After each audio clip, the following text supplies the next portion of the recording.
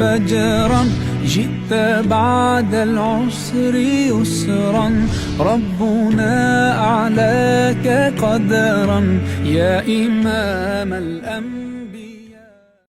بسم اللہ الرحمن الرحیم. سبحان اللہ و بحمدہ سبحان اللہ العظیم. سبحان اللہ و بحمدہ عدد خلقہ و رضا نفسہ و زنۃ عرشہ و مداد کلماتہ. رب اشرح لی صدری و یسر لی امری واحلل عقدۃ من لسانی یفقہوا قولی واجعل لی وزیرا من اہلی رب زدنی علما. ہم سائیکالوجی میں پڑھتے ہیں کہ انسان ایک سوشل اینیمل ہے، اور ہم زندگی میں جو ڈفرینٹ لوگوں کے ساتھ انٹریکٹ کرتے ہیں اسی سے ہماری پرسنالٹی کا ایک میجر پارٹ بنتا ہے.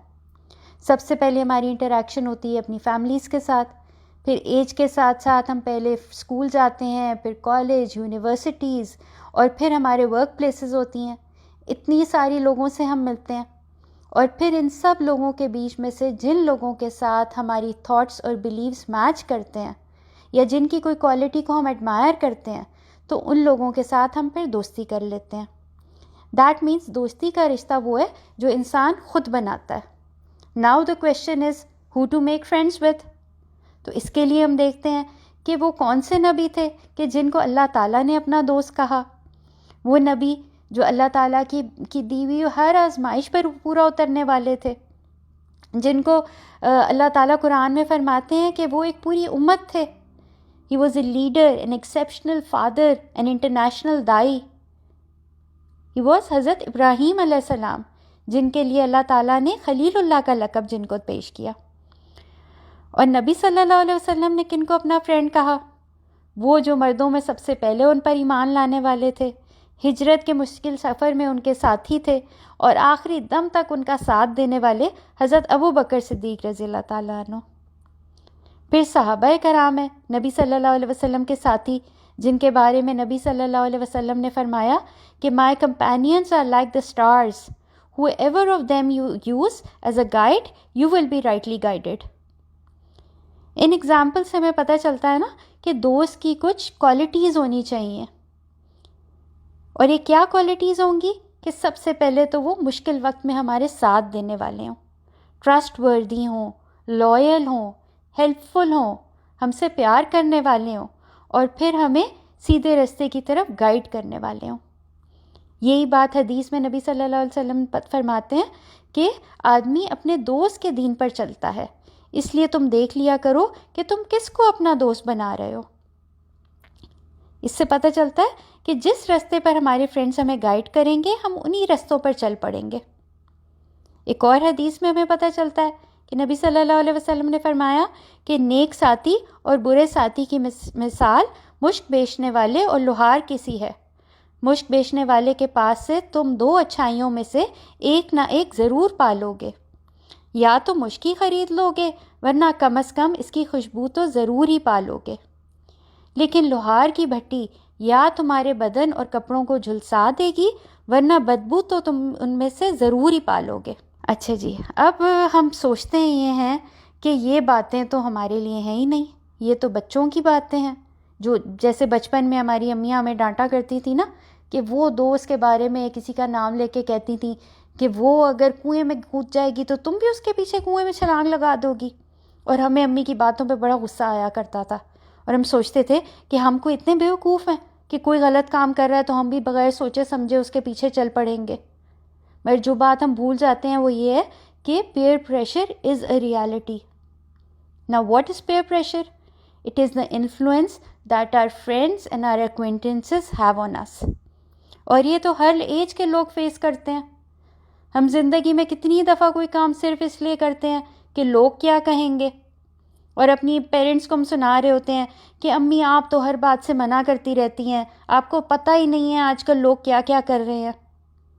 یا اگر ہم ان لوگوں کو فالو نہ بھی کریں تو ہم انفیریورٹی کمپلیکس کا شکار ہو جاتے ہیں کہ ہائے اس کے کتنے مزے ہیں، وہ کتنی اسٹائلش ہے، وہ ہر کام کر سکتی ہے، اس کو تو کوئی کسی بات سے منع ہی نہیں کرتا.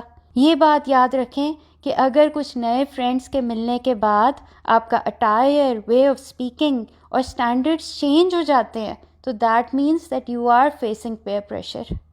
Now the question is peer pressure always bad or can it be a good thing as well? نبی صلی اللہ علیہ وسلم نے کیا فرمایا اچھے دوست کے بارے میں کہ اچھا جانشین وہ ہے کہ اس کے دیکھنے سے تمہیں خدا یاد آئے اور اس کی گفتگو سے تمہارے عمل میں اضافہ ہو اور اس کا عمل تمہارے آخرت کی یاد دلائے. A true friend is one whose presence reminds you of Allah. اور اس کی پریزنس کے اندر ہم کمفرٹیبل فیل کریں اپنے دین کو پریکٹس کرنے کے لیے. اس کے گھر جا کر ہماری نمازیں نہ مس ہو جائیں کہ یہاں تو کوئی بھی نماز نہیں پڑھ رہا، میں کیسے نماز پڑھوں. آپ آڈ ون آؤٹ نہ فیل کریں. We should surround ourselves with positive people who push us towards greatness. اور ہم جانتے ہیں نا کہ دوست تو ایک ہی ڈائریکشن میں چلتے ہیں. ایک کو بازار جانا ہوتا ہے تو دوسرے کو بھی کوئی کام یاد آ جاتا ہے. اسی طرح آخرت میں بھی یہی ہوگا. نبی صلی اللہ علیہ وسلم فرماتے ہیں کہ آدمی اسی کے ساتھ ہوگا جس سے وہ محبت کرتا ہے. اور قرآن ہمیں سورہ زخرف میں یہ بھی بتاتا ہے کہ قیامت کے دن کیا ہوگا. اس دن گہرے دوست بھی ایک دوسرے کے دشمن بن جائیں گے سوائے پرہیزگار لوگوں کے. کیوں دشمن بن جائیں گے؟ لوگ ایک دوسرے کے بارے میں کہیں گے اللہ تعالیٰ آپ اس کو ڈبل عذاب دیں، اس کی وجہ سے میں بھی برے رستے پر چل پڑا. اور ایک اور جگہ قرآن میں فرمایا جاتا ہے، اللہ تعالیٰ بتاتے ہیں کہ انسان کہے گا ہائے افسوس، کاش میں نے فلاں کو دوست نہ بنایا ہوتا، اس نے تو مجھے اس کے بعد گمراہ کر دیا. دوسروں کی وجہ سے ہم بھی گناہوں میں پڑ جاتے ہیں. اور اگر ہم برائی کے اس لیول پر نہ بھی جائیں تو کیا ہوتا ہے کہ ہم یہ سوچنے لگ جاتے ہیں کہ میں سب سے بیٹر ہوں، میں سب سے اچھی ہوں، میں تو یہ کام نہیں کر رہی. اور ہمارے اندر تکبر آ جاتا ہے. اور جو ہمیں اور دین کے راستے میں اور آگے بڑھنا تھا ہمیں بیک گیئر لگ جاتا ہے. ہم ریورس موڈ میں چلے جاتے ہیں. ہم چھوڑ ہی دیتے ہیں کہ اپنے آپ کو اور بیٹر کرنے کی کوشش. ہم اپنے کرنٹ سٹیٹس پہ سیٹسفائیڈ ہو جاتے ہیں. تو اب کویشچن کیا ہے کہ کیا ہمیں اپنے فرینڈس کو چھوڑ دینا چاہیے؟ تو اس کا آنسر ہے کہ نہیں. ہم کیسے ان لوگوں کو چھوڑ دیں جن سے ہم محبت کرتے ہیں؟ ہمیں تو اللہ تعالیٰ نے انسان بنا کر ہماری ڈیوٹی یہی تھی نا کہ ہم نے اللہ تعالیٰ کی اس دنیا میں اس کے دین کو پھیلانا تھا. تو کیا ہم انہی لوگوں کو چھوڑ دیں جو ہمارے سب سے قریب لوگ ہوتے ہیں؟ ہمیں تو ان کو بھی سیدھے راستے پر لے کے چلنا ہے نا. مگر ہو سکتا ہے کہ اس وقت آپ کے ایمان کا وہ لیول نہ ہو کہ آپ دوسرے لوگوں کو گائیڈ کر سکیں. تو اس کے لیے ضروری ہے کہ ٹیمپریریلی ہمیں ان لوگوں کو چھوڑنا پڑے گا اور ہمیں ان لوگوں کو چوز کرنا پڑے گا کہ جو ہمیں پتہ ہے کہ ہمیں سیدھے راستے پر لے کے جانے والے ہیں، جو ہمارے ایمان کو اور بوسٹ کرنے والے ہیں، ہمارے ایمان کو اور بڑھانے والے ہیں. اور ہمیں ایک سائڈ کو چوز کرنا پڑے گا کہ ہم نے کن لوگوں میں اٹھنا بیٹھنا ہے. ہمیشہ دو ہی راستے ہوتے ہیں نا، دونوں پر اکٹھے تو نہیں چلا جا سکتا. ہم کہتے ہیں کہ ہم تو نیوٹرل ہیں، ہم ادھر بھی ہیں اور ادھر بھی ہیں. مگر ہم حضرت عیسیٰ علیہ السلام کی یاد کریں کہ جب انہوں نے اپنے لوگوں سے پوچھا تھا کہ کون ہے انصار، کون بنے گا اللہ تعالیٰ کا مددگار، تو کچھ جو نوجوان تھے وہ اٹھ کھڑے ہوئے اور انہوں نے کہا کہ ہم ہیں اللہ تعالیٰ کے مددگار. انصار اللہ کہا گیا ان کو. اور اللہ تعالیٰ میں قرآن میں فرماتے ہیں کہ اللہ کا رنگ اختیار کرو. تو جب کوئی رنگ کیا سمبلائز کرتا ہے؟ کوئی کلرز ہوتے ہیں نا، ہر پارٹی کا بھی کلر ہوتا ہے، ہر فلیگ کے بھی کچھ کلرز ہوتے ہیں جن سے ہمیں پتہ چل جاتا ہے، جو ایک سمبل ہوتا ہے کہ ہاں یہ وہ لوگ ہیں. تو ہمیں بھی اپنے آپ کو آئیڈینٹیفائی کرنا پڑے گا کہ ہم کن لوگوں کے ساتھی ہیں، یا رائٹ یا لیفٹ، یا صراط مستقیم یا شیطان کا بتایا ہوا راستہ. دونوں پہ اکٹھے نہیں چلا جا سکتا. ہمیں اپنی زندگیوں میں اپنے ساتھیوں کو چوز کرنا ہوگا. Sometimes our circle of friends decreases in size, but it increases in value. اگر ہم اللہ تعالیٰ کی خاطر ٹیمپریلی کچھ لوگوں کو چھوڑ دیں گے تو اللہ تعالیٰ انشاءاللہ ان سے بہتر لوگ ہمیں دیں گے. وہ لوگ اللہ تعالیٰ ہمیں دے دیں.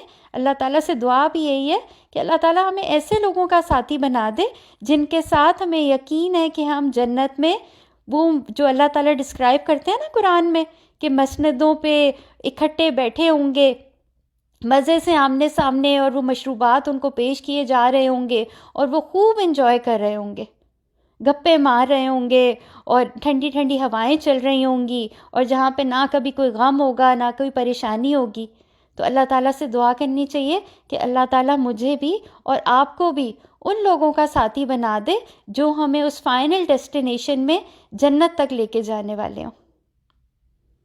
آمین.